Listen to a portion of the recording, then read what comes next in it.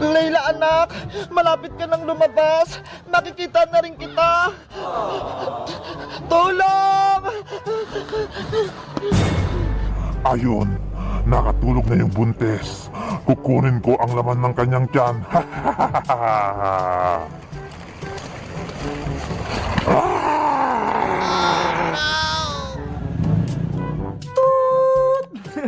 Maring Sonia, pabili ako ng gatas para kay Baby Iska. Ay, anak na ng anak mo, Maring Greta. Kaya nga ang tako niya kasi uminom ng gatas. Anong gatas pala yung bibili mo, Mare? Yung Berry brand, gusto-gusto yun ni Iska. Saglit lang, kukunin ko. Eto na yung gatas ni Iska. Salamat, Mare. Eto pala yung bayad ko. Si Tere, ang laki na ng tiyan niya. Kailan siya manganganak? Kabuanan niya ngayon, baka sa susunod na araw, manganak na siya. Ang galing! May mga baby na kayo. Si Sitang, may anak na. Si Bebang, at ikaw naman, si Iska. O, si ano pala, si Tere, anong pangalan ng magiging anak niya? Ang sabi niya sa akin, ipapangalan niya daw, Layla. Ay, babae din yung anak ni Tere. Layla yung pangalan. Oo, Maring Sonia, bibili nga daw siya ng damit sa palengke ngayong hapon lang. Ano? Gumala si Tere sa palengke ng hapon? Masama yung sa buntis Sinabihan ko nga siya, pero hindi siya nakikinig sa akin. Hindi daw siya takot sa engkanto. Delikado yun. Baka maaswang siya. Uso pa naman yun sa lugar natin. Kaya nga, ako nga, doble ingat kami ni Iska May baon pa ako na asin, pangontra sa engkanto. Sonia! Greta! May masama akong balita! Ano yan, Maring Sitang? Si Maring Tere, hindi pa nakauwi sa bahay nila. Kanina pa hinahanap. Diyos mio, gabi na. Ano nangyari kay Tere? Buntis pa naman. Alam niyo ba kung saan siya nagpunta at kung saan siya hanapin? Kaninang hapon, sabi niya sa akin, pupunta daw siya sa palengke. May bibilin lang daw siya. Galing na si paring Oscar doon, hindi niya mahanap yung asawa niyang si Tere.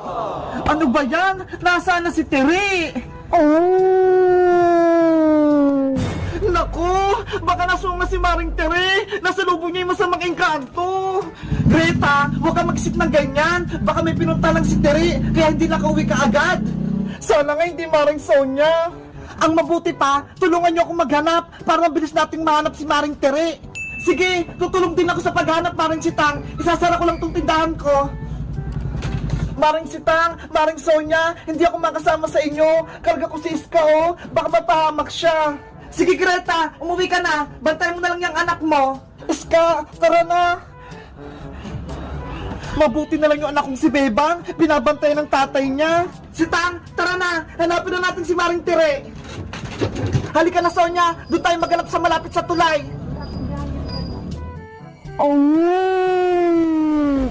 Ang sarap ng kinain ko, anak ng buntis.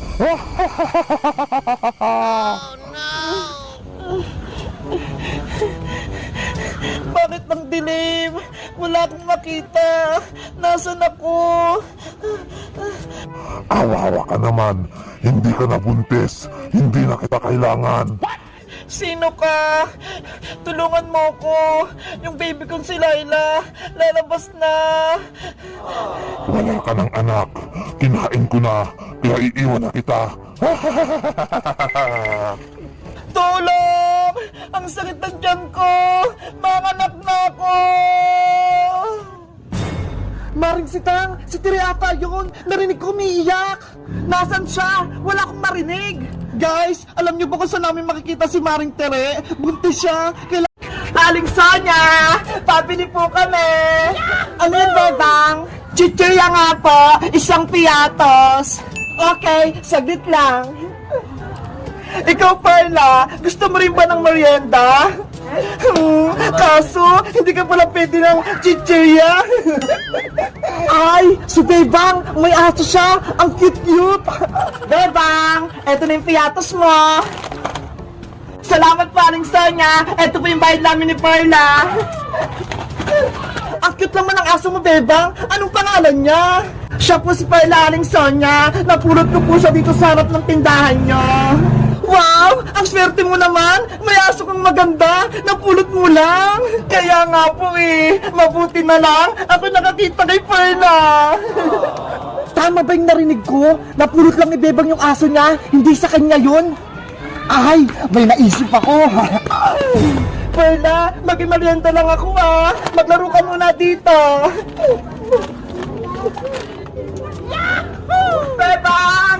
Kasama mo si Perla lumabas! Oh, princess! Gusto niya daw dito maglaro sa labas! Bebang! Pwede ako muna mag-alaga kay Perla? Maglalakad-lakad lang kami! Sige! Ako nagme-merienda pa ako! Pero, tingin muna ako ng piyatos mo! Gutom kasi ako eh! O ito, kumuha ka! Thank you, Bebang! Perla, tara na! Ingatan mo si Perla, princess ha! Baka mawala siya! Akong bala, Bebang! Aalagaan ko siya! Perla, tara na! Ay, si princess! Kasama niya na si Chuchu! Kailangan ko ng madikit to para makuha kayong aso!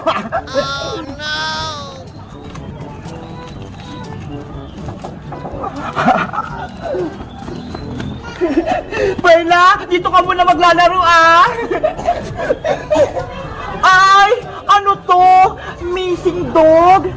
Name Bruno, reward 20 pesos? Si Boyong, umiiyak? Princess, nakita mo ba yung nawawala kong aso? Anong aso, Boyong? Eto siya oh, si Bruno, matagal ko na siyang hinahanap. Ikaw pala yung naghahanap ng nawawalang aso? Teka, kamukha ni Bruno si Perla. Ano princess, nakita mo ba yung aso ko? Boyong, eto ba yung hinahanap mong aso? Ay, yan nga! Siya si Bruno! Nakita kasi to ni Bebang sarap ng tindahan ni Aling Sonia nung nakaraang araw pa. Mabuti nahanap niyo yung aso ko, princess. Akin na siya. Baka magalit si Bebang sa akin, Boyong. Hindi yan! Akin naman yan eh. Tsaka, bibigyan kitang reward na 20 pesos, princess. Wow! Pera! Boyong, ibigay mo sa akin muna yung 20 pesos mo para ibigay ko sa ito si Perla. Oh, ito! May 20 pesos na ako! Oh, Boyong, ibibigay ko na sa ito si Perla. Ayos! Nakuha ko na yung aso! A few moments later. Princess! Nasaan na si Perla? Uuwi na kami! Bebang! Binigay ko na si Perla kay Boyong! Sa kanya daw yung aso eh! Ano? Na kay Boyong si Perla? Eto nga oh! Binigyan niya ako ng 20 pesos kapalit itong nawawalang aso! Binigay mo si Perla, Princess! Dahil lang sa 20 pesos! Sabi niya kasi nawawala yung aso niya si Bruno eh! Eto nga oh! Nakapaskin pa!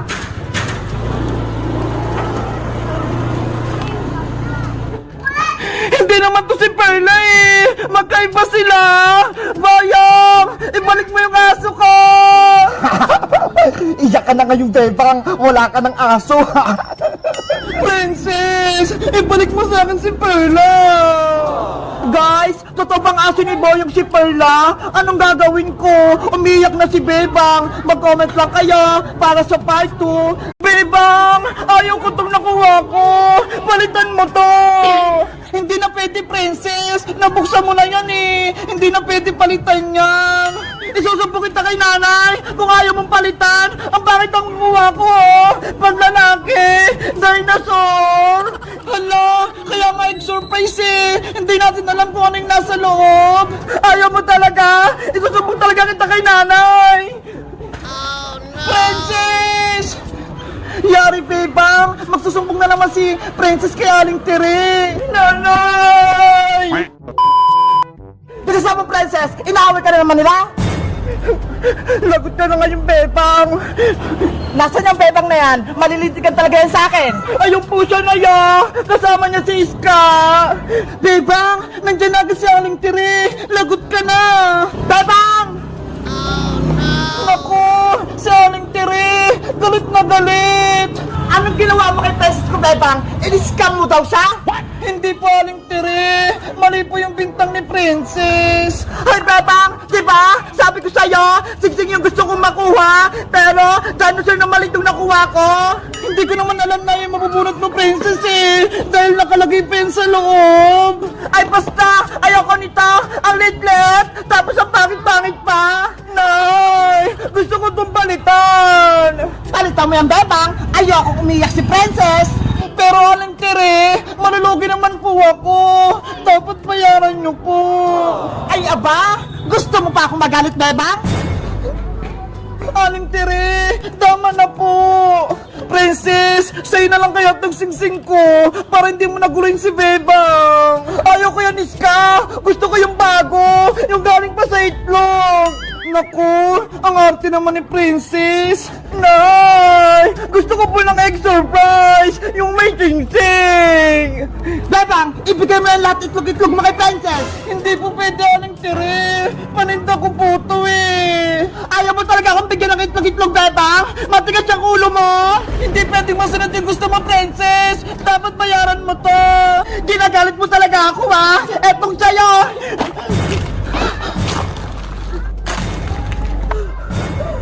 Mga itlog ko! Yan yung nararapat sa'yo, Bebang! Mga itlog ko! Tinapon lang ni Princess!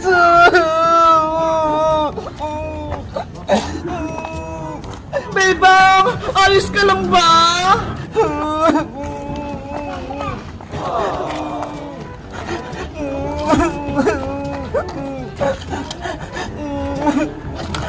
Princess! Bakit naman ganyan ginawa mo sa itlog-itlog ni Bebang? Hindi ka na naawa sa kanya!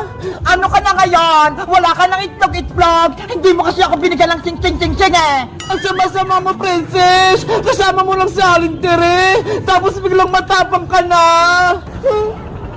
Princess, umuwi na tayo bago pa tayo sumbong kay Maring Sitang! Maiwan ko na nga kayo, Bebang, Iska, para kayong mabaho! Hala! Ang sama na ng ugali ni Princess! Sana hindi pa nasira itong mga paninda ko! Hayaan mo na si Princess, Bebang! Huwag na lang natin siyang bati! Ang sama-sama ng ugali niya! Hindi lang nasunod yung gusto niya! Akala ko, tunay na kaibigan na si Princess! Pero, nagbago na siya! Lumabas na naman yung tunay ng ugali! Tana! Huwag ka namang umiyak, Bebang! Nandito pa naman ako eh! Kaibigan mo! Guys, sa tingin nyo, tunay bang kaibigan si Princess? Awihanped ko na lang siya! Mag-comment lang kayo! Bye-bye!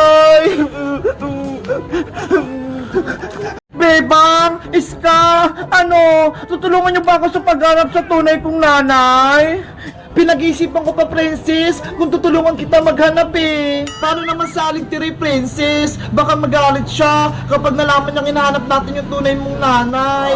Akong bahala. Hindi kayo papagalitan ni Nanay Tere. Tsaka, hindi niyo naman ako tunay na anak, di ba? Princess, huwag ka naman magsalita ng ganyan. Tinuring kang anak ni Aling Tere. Paano mo naman nasabi yun, Bebang? Di ba nga, kapag nagsusubong ka sa kanya, lagi niya kaming sinusugod, pati pinagagalitan.